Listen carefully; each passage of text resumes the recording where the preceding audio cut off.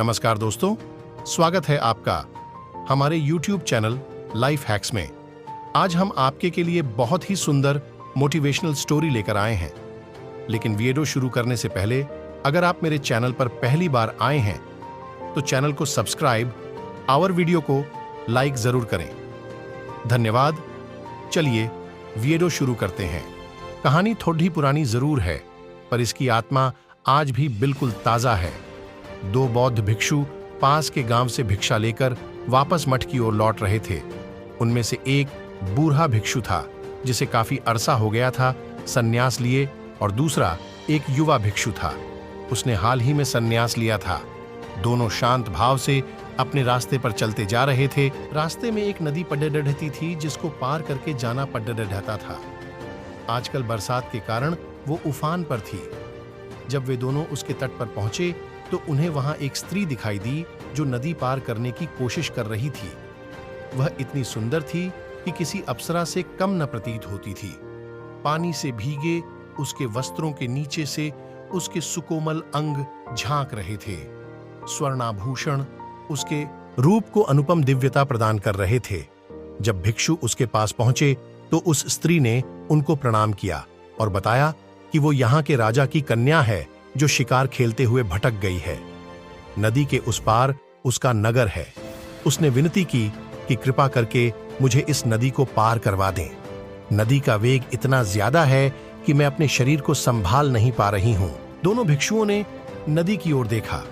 किनारे के उपडैशा खाबधा पत्थर, तल की चिकनाहट और ऊपर से धारा का वेग, कुल मिलाकर उसे पार कर पाना किसी कोमल मनुष्य के लिए अत्यंत कठिन था।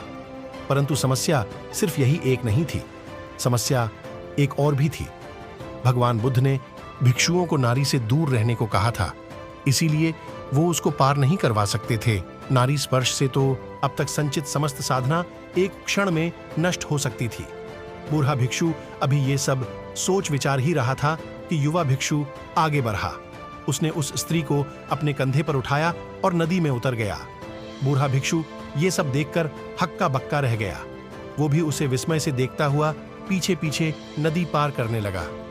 युवा भिक्षु दूसरे किनारे पर पहुंच गया। उसने स्त्री को अपने कंधे से उतारा और उसे विदा दी। वह स्त्री भी उनको प्रणाम करके चली गई। युवा भिक्षु शांत भाव से मठ की ओर बढ़ने लगा। पीछे पीछे बूढ़ा भिक्षु भी तट पर पहुंचा। पहुंचते ही उसने युवा सन्यासी को उपेक्षा के भाव से देखा। बूढ़े भिक्षु की आंखों में क्रोध और दुर्भावना थी।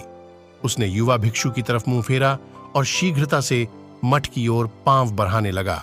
आवेग में चलते चलते वह विचार कर रहा था कि देखो, एक हम हैं जिन्होंने इतने साल तक अपने ऊपर किसी स्त्री की परछाई तक नहीं पड़ने दी, और एक ये हैं आजकल के युवा सन्यासी।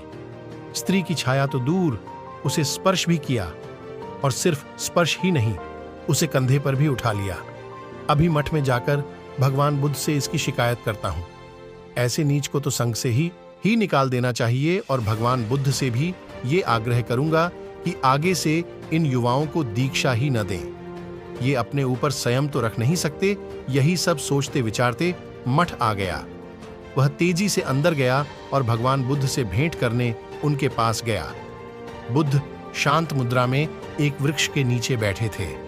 बूढ़े भिक्षु ने उन्हें प्रणाम किया और सारा किस्सा सुना कि कैसे उस युवा भिक्षु ने उस स्त्री को नदी पार करवाई। संघ के सभी भिक्षु इकट्ठा हो गए। युवा भिक्षु को बुलाया गया। भगवान बुद्ध ने उससे पूछा कि ये वृद्ध आप पर जो आरोप लगा रहे हैं, क्या वो सत्य है? क्या आपने किसी स्त्री को अपने कंधे पर उठाकर नदी पार करवाई? अब यहां उस युवा भिक्षु ने जो उत्तर दिया वो समझने लायक है। उसने कहा, कौन? अच्छा, वो, हाँ, मैंने उसे नदी पार करवाई थी।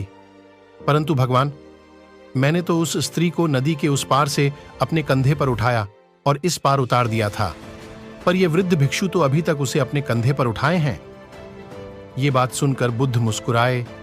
उन्होंने युवा भिक्षु को आशीष दी और कहा कि सच में किसी कार्य में शारीरिक संलग्नता से कहीं अधिक प्रभावी मानसिक लिप्तता है।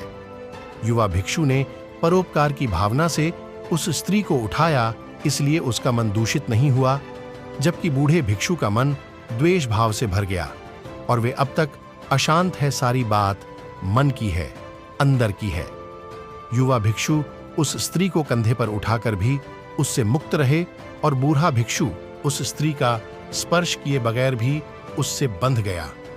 उम्मीद है आपको भी ये बात समझ आ गई होगी।